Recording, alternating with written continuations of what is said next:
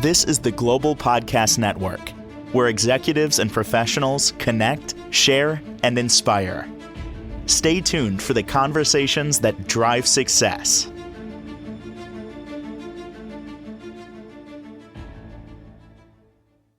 Welcome back to the show. Nancy Welch joining us, our Reiki master, animal intuitive, and owner of Balancing Connections.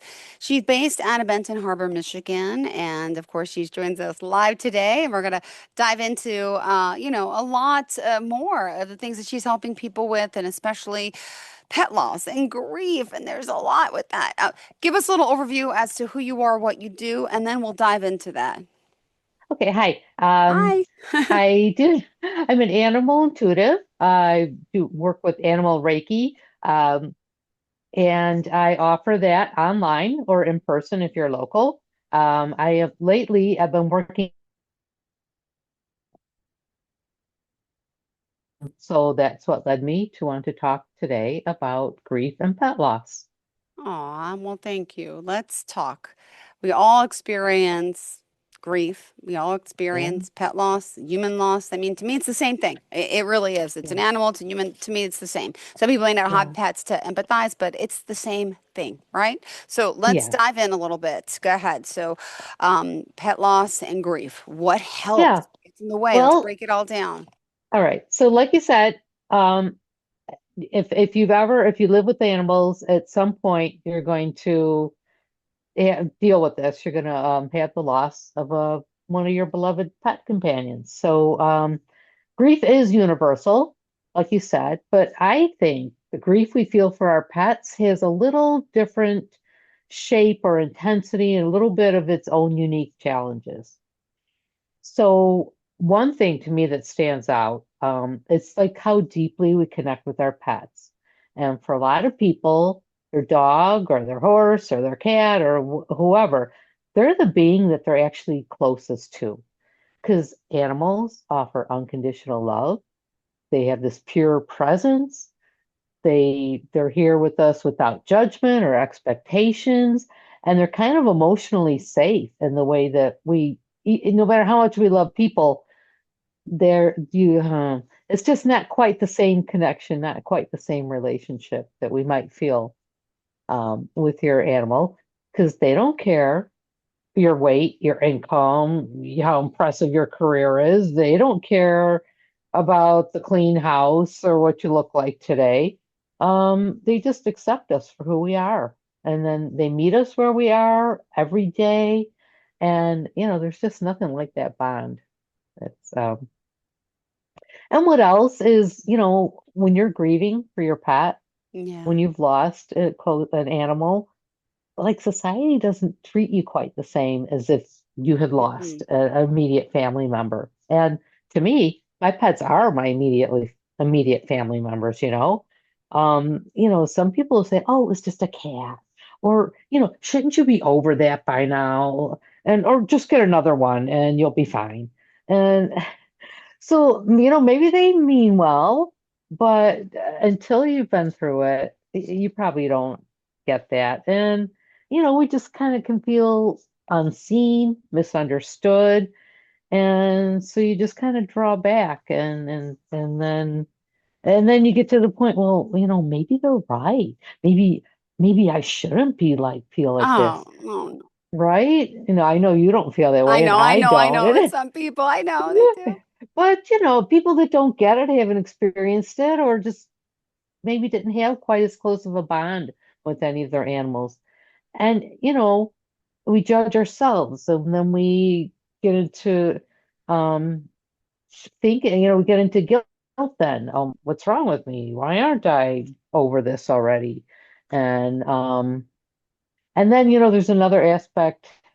I think it happens more with animals than with people, and that's the guilt. And because, like we have more control in the situation, kind of. And we said, did I say goodbye too soon? Were they comfortable enough? Did I do everything I could? And I think you probably get that on some level with Yeah, people, but maybe not quite as much because, yeah. you're relying on the doctors to make the decisions, where when it's our pet, it's a little bit more of our own stuff. Yeah. and should I have done more? Was there more I could have done? And and then why do I feel even a tiny bit relieved that the suffering is over? Does that make me a bad person? Yeah. So yeah, grief can be tough. I'm not a counselor, but I've lost two two this year, two dogs in a span of 3.5 months, and grief is different for each one. Um, they're both completely loved, but the circumstances are so different from each other that, my grief is different. Yeah. And for people going through grief like this, it's never easy for us. And I just have to say something though. A lot of people, sometimes I'm going to say it's best to avoid people because everyone will do that. Oh, it's okay. It'll be fine. Oh, it's just a pet. It's just this. And then I'm sounding like this old Italian, my cousin of mine who did the same thing to me. So I get when my cat died 2 years ago. Yeah, Oh, it's just a cat. Oh, it's just a pet. And that's how she talks. But sometimes you got to just kind of take that time away from people and just not yeah, listen to the noise and listen yeah, to everyone because no one understands unless you're in it or if you've been in it. If you've never lost, people are just so judgmental. And at that time, you're yeah, also in a mood of you're upset, you're depressed, you're sad. So you're very on edge. Best, I think, is to stay alone, to be honest with you, unless only be around supportive, kind people, right? yeah. So, People who get it. It's like, yes. I don't know your cousin. Maybe she's kind, maybe she's not, but people will say those things with the best of intentions, not because they don't get it, and they don't realize how much guilt that lays on you on top of like annoyance, like, what do you know? You don't know how I feel. And then there's, the guilt of, oh, maybe they're a little bit right. Maybe I should be over it by now. Maybe it shouldn't be that important to me. Why was this so important to me? But they are. Our animals, we're animal lovers and we live with them, and they are so important to us. Yeah. All right. Well, what are the ways can we support ourselves, would you say? What are some of the things that you did when you lost your animals? All right, so I'm going to talk about the two I lost this summer. Um, I received news about Finnegan on a Wednesday evening in very early spring about what needed to happen. He was only 3 months shy of his third birthday, and I was totally in shock. I just couldn't even fathom Yeah. how this could be. But by partway through the day on Mm-hmm. Thursday, I kind of wrapped my head around it and realized this it really was necessary and it was the best solution. And I didn't love it, but by Friday morning, I said goodbye. And even in that little bit of time, I knew enough to be able to spend a few minutes, took him to the beach, took him out for burgers, just shared as much love with him as I could. It was a tough one. Yeah. He was young. We adored each other. I still adore him. And I still circle back to that grief. It's improving, but I have my moments.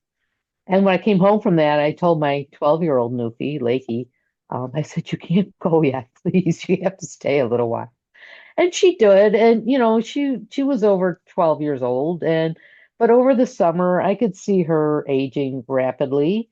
And we had some time for the acceptance and some extra spoiling and love.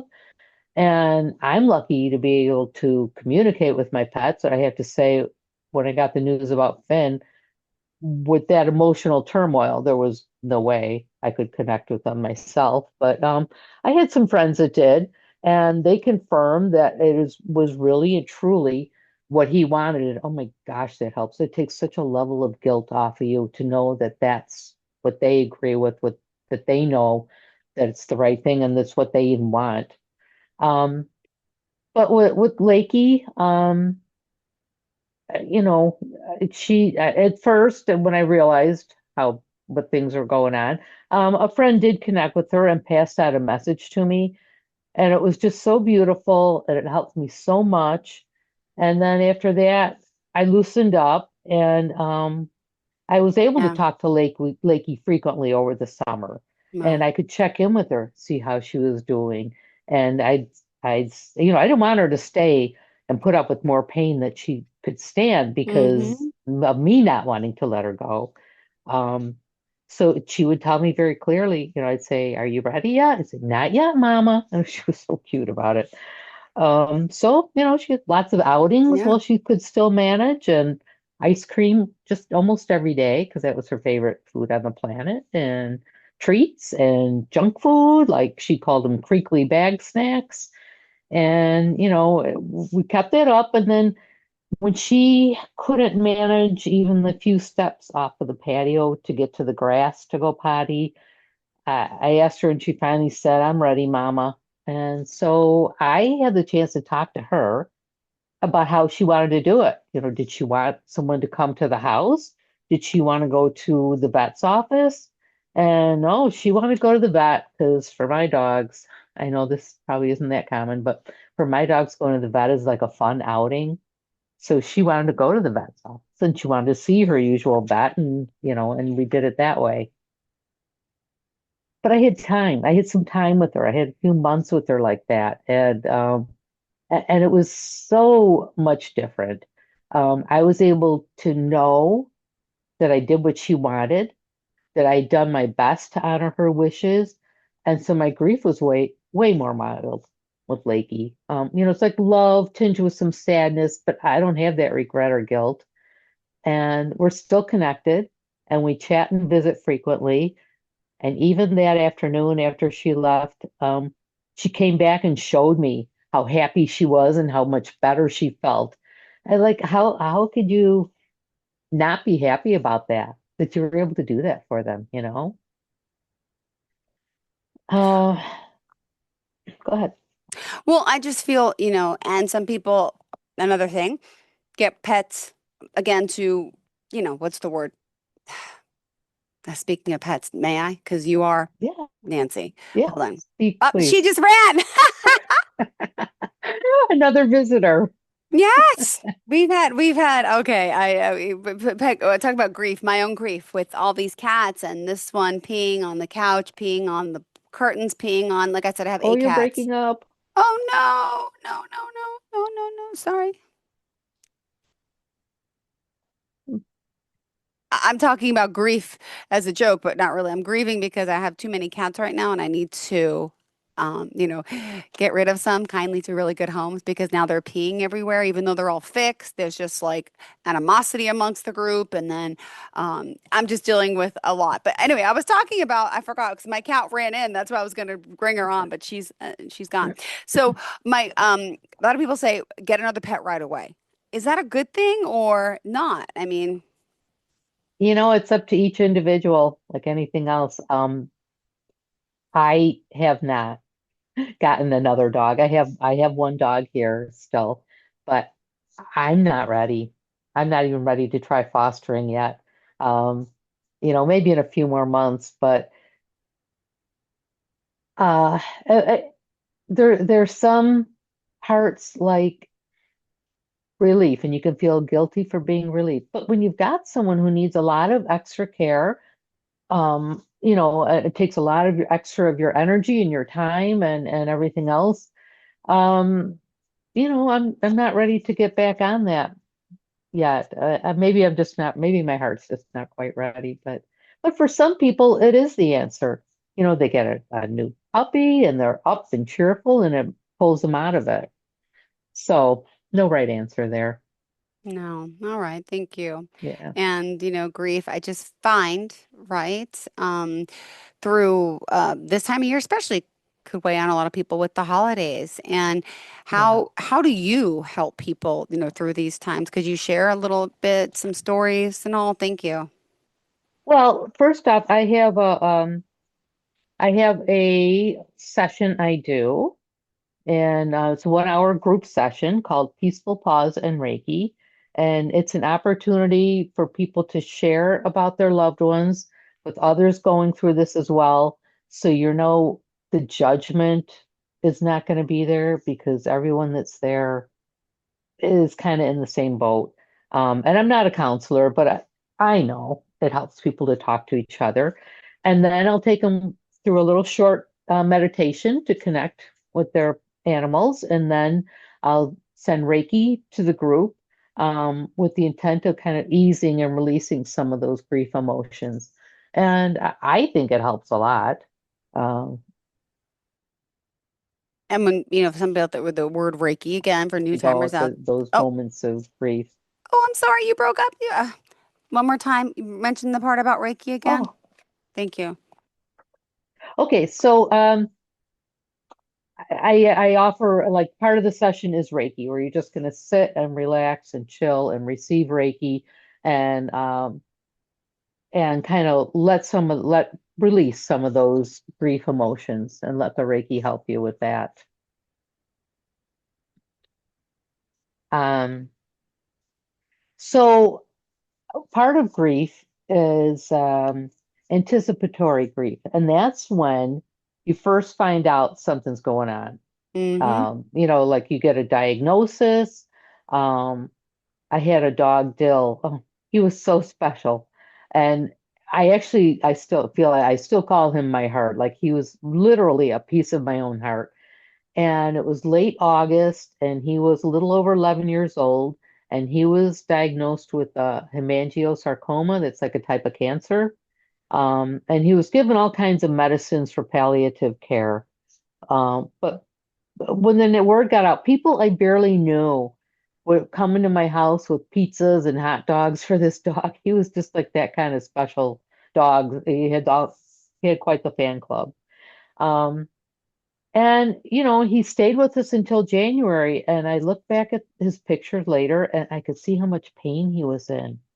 But at the time, all I could see was I'd come home from work and he had this big toothy grin, and every time we bumped up his medicines, he'd rebound a little, and that was hard to let go. So I had some guilt, but you know, I'd kept him there too long, but now I know he wanted to be there with me as long as he could, just as much as I wanted him to stay. Um, so again, I had some time with him. We had, it was wonderful.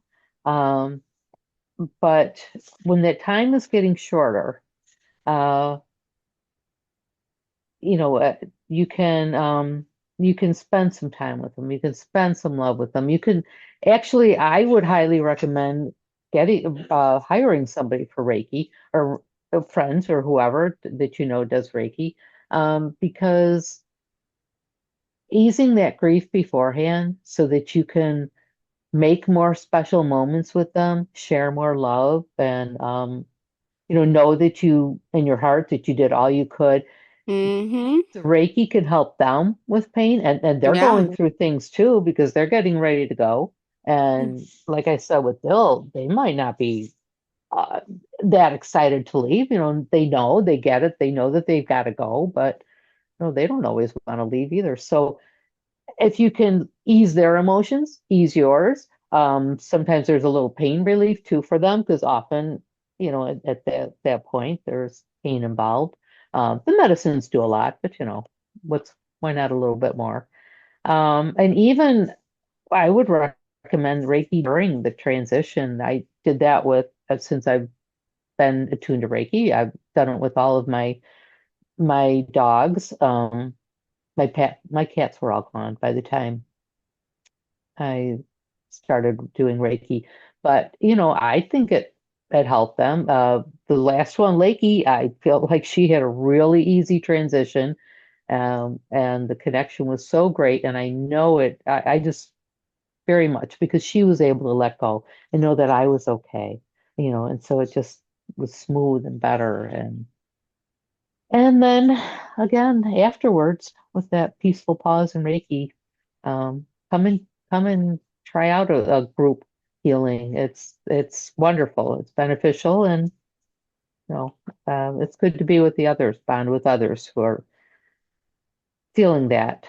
Yeah, Um, exactly. That's what I definitely be around like-minded people going through the same thing. I yeah, agree with that. Yes. yeah. So there's a few things we can do afterwards. Rituals can be incredibly healing during that time, like make a little small altar for them with their pictures, their collars, light a candle or put a toy up there. just anything that's like a little bond to them. Some people write letters, um, plant a Aw, tree like we did for one of my dogs, Madigan. We planted a dogwood tree. Um, and none of this is about holding on to them too long, in spite of what outside people may say. It's just honoring them and acknowledging that you had this awesome relationship and that existed, and you're giving yourself just a way to, a space, a spot to stay connected with them in a good way. yeah. So, talking about staying connected, continuing bonds are a real and meaningful part of healing. Many people feel comfort knowing that the relationship doesn't just disappear when the physical body is gone. Whether it's through memories, intuitive moments, or quiet meditations, you might still feel them. Yeah. And right, sometimes it's a dream. Oh gosh, actually, Finn came to me last night. Uh, Sometimes it's just like a familiar feeling, or you just a memory, and just know that they're very, very, very real connections. And there's no right or wrong way to experience it. But when they suddenly pop in your head, or something suddenly reminds them of you, they are reaching out to you. They are connecting with you, and take that into your heart in a happy way. That they're still there. They're still part of you. yeah. And for those, also who, maybe just not affected by grief, who just want to know a little bit more about your work as an animal intuitive, and what other things do you help people with? Well, this is semi-related, but I have connected for people with their pets that have transitioned, and it's a pretty cool connection. One of the things I experience with that a lot of times is like the love comes through, and I get to feel that. It's Mm-hmm. really awesome because almost always they're trying to send love and let their family, human family that's still here, know how much they love them and how much they appreciated their life together. So that's a fun thing. I have worked Reiki, like I've got a groomer I work with, and I go to her salon, and she's got a few dogs and uh, that are really scared about being there, and I can give them a little bit of Reiki before the grooming sessions. Makes a world of difference. If you can get calm and relaxed beforehand, and before something you don't like, um, you're going to feel way better about it, and you're going to do a lot better with it. Um, what else? Sometimes it's just been people that want to see what it's like and see how their pets react, and almost always they're at minimum more relaxed, at the end of the session, whether they're dozed off or they're just laying there chill. And a lot of times, even if it's a Yep. really short session, they'll still be feeling great, later in the day. Can Um, mhm, go can ahead.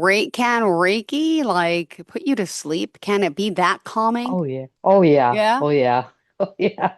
Yeah. You know what? When your mind is spinning and you can't let go and you're exhausted and you can't fall asleep, it can bring you to that point where you're kind of letting go of your thoughts, can help you okay, I would say like we're Yep. clearing the energy around your head, but it's kind of Mm-hmm. helping you put those thoughts aside for tomorrow, or if they need to be there for tomorrow, and just let go and let go. The anxiety is a lot of times what's keeping you awake. You're worried about what's tomorrow's going to bring. You're worried about getting these things done, and you're worried about so many things. If you can let go of that anxiety, you're going to go out. Out for sure. Well, during the holiday season, give the gift Mhm. of Reiki. How do we contact you if someone does want to reach out or to give a gift to someone of working with you? All right. Well, my website is balancingconnections.com. I have a couple of events on Eventbrite right now. One of them is the Peaceful Pause in Reiki. Another I'm doing jointly with a friend. It is for relaxation. It's aimed towards relaxation, and she will take you through a meditation, and I am sending Reiki to you and your animal, and let everybody be a little less frazzled at this time. And that is under Reiki with Ease, EASE, and that's on Eventbrite, but it's a joint session for us.